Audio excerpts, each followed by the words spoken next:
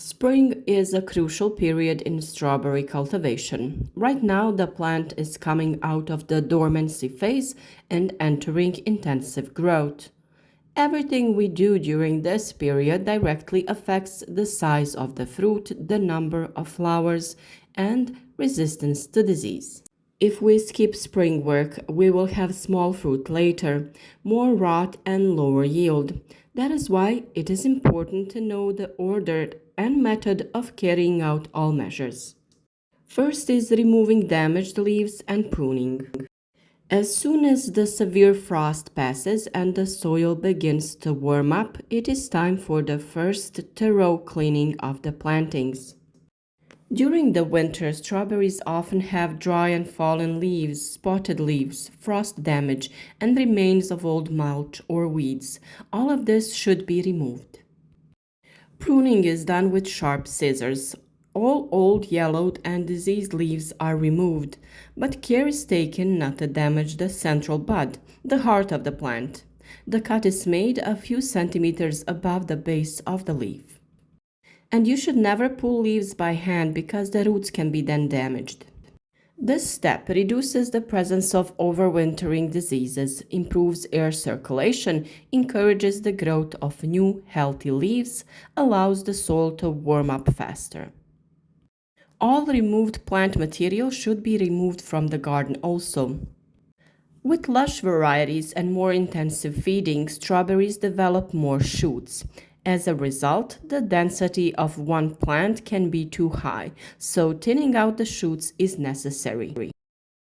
Leave 3 or 4 shoots per plant, preferably that they be directed in different directions, outwards. The second step is loosening the soil and removing weeds. The best way to grow strawberries is to use mulch. Mulch can be organic or inorganic. Organic means straw, hay, wood chips, or similar natural materials, while inorganic means various foils or nylon with holes in which strawberries are planted in. The advantages of this type of growing are numerous. Irrigation with drip hoses is placed under the mulch. This is mandatory for foils, while it's not for natural materials because precipitation passes through them and we can easily water them. In this way, the plants have enough moisture that is retained for a longer time. This reduces the number of waterings and the chance of developing diseases such as rot. What is also very important when using mulch is that the plants aren't in contact with the soil and therefore are not exposed to moisture. When the fruits touch the ground, there is a greater chance of mold and rot developing. The fruits on the mulch are dry, better exposed to the sun, dry easier and ripen better. If there's no mulch, loosening of the soil is done shallowly, only a few centimeters, because the strawberry has a shallow root and doesn't tolerate compacted soil. In this way, the bark is broken, the flow of oxygen is enabled, the absorption of water is improved, and beneficial microorganisms are activated. At the same time, weeds are removed, which grow very quickly in the spring and take nutrition from the strawberries. Spring feeding is the foundation for larger fruit. After the strawberries start to grow new leaves, it is time for nutrients. In spring, the plant needs a balance of nutrients. The following are especially important: nitrogen for growth, phosphorus for root development, and potassium for flowering and fruit formation. In natural cultivation, the following can be used: mature compost, applied in thin layer around the plant but not directly on the heart, improves soil structure and provides a gradual release of nutrients. Also, pelleted manure, practical and easy to apply, it's gradually releasing nutrients and doesn't burn the roots. Also, nettle broth, diluted in a ratio of 1:10 with water, is used for watering. It strengthens the plant and encourages lush growth. And wood ash in smaller quantities provides potassium, but it shouldn't be overused because it raises the pH value of the soil.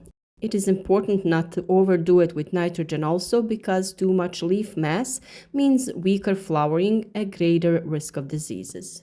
Fourth step is preventive protection against diseases. Spring is the period when fungal diseases and pests are activated. The most common problems are gray mold, leaf spot, mites, and aphids. The best protection is prevention. Horsetail tea can be used to strengthen the plant and reduce fungal diseases. Garlic extract helps against pests, while a mild solution of sodium bicarbonate can slow down the development of fungi in the initial phase. Spraying is done in the morning or evening, never in strong sunlight. That is very important.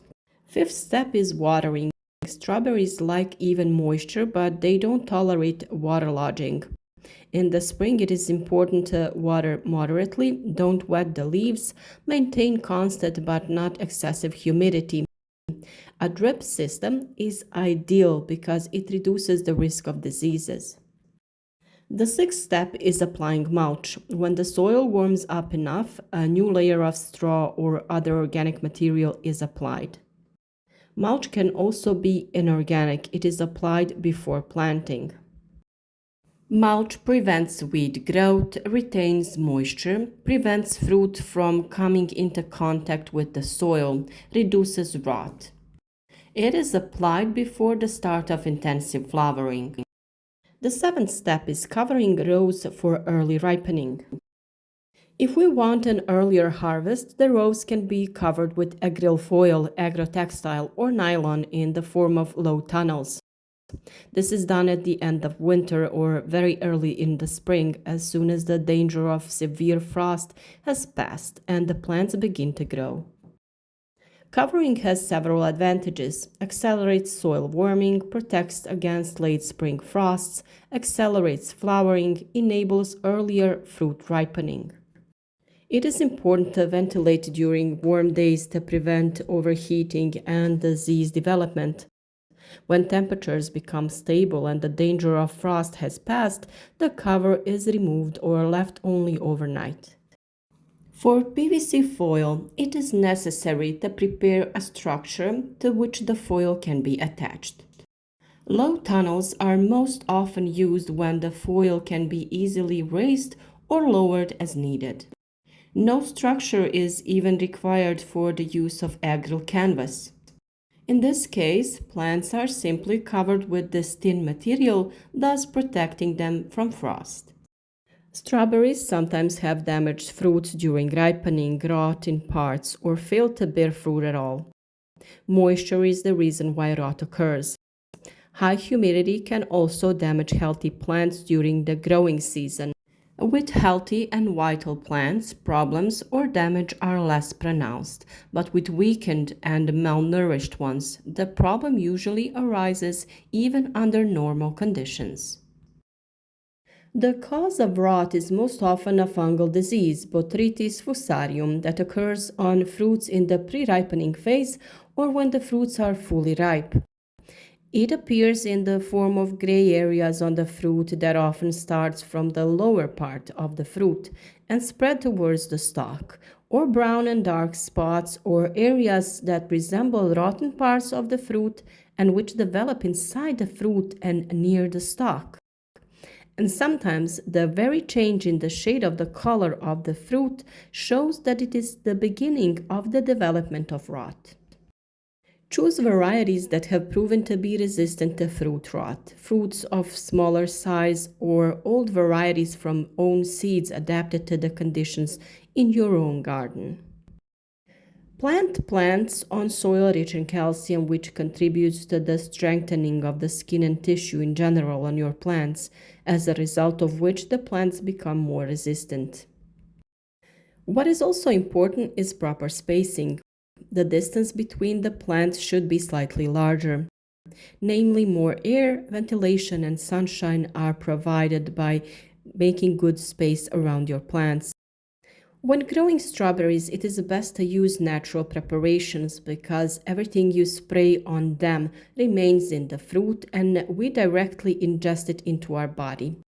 Sodium bicarbonate is a medicine that prevents the spread of rotten strawberries. Simply add 2 tablespoons of sodium bicarbonate and half a cup of milk to 5 liters of water and spray the plants with it twice a month. Sodium bicarbonate is rich in calcium and removes fungal spores, and milk is a wetting agent, allowing the sodium bicarbonate to stick to the leaves. It also protects plants from leaf disease after the rainy season, and milk is also a very good natural supplement for all our plants. Spring strawberry maintenance includes several steps, but each of them has its own important role. If we on time remove the old leaves, loosen the soil, do the preventive protection, put the mulch around the plants, and if necessary, protect the rows with agric foil, strawberries will repay us with healthy, large, and sweet fruit. In the garden, success doesn't happen by chance. It is the result of timely and correct moves, and spring is the most important moment for strawberries. If this video was useful to you, leave a like under the video and share it on your social networks with your friends so that others can benefit from our advice too. We always like to hear your experiences, so write to us in the comments how you grow your strawberries, how you protect them, and if you have any other questions, also leave them in the comments.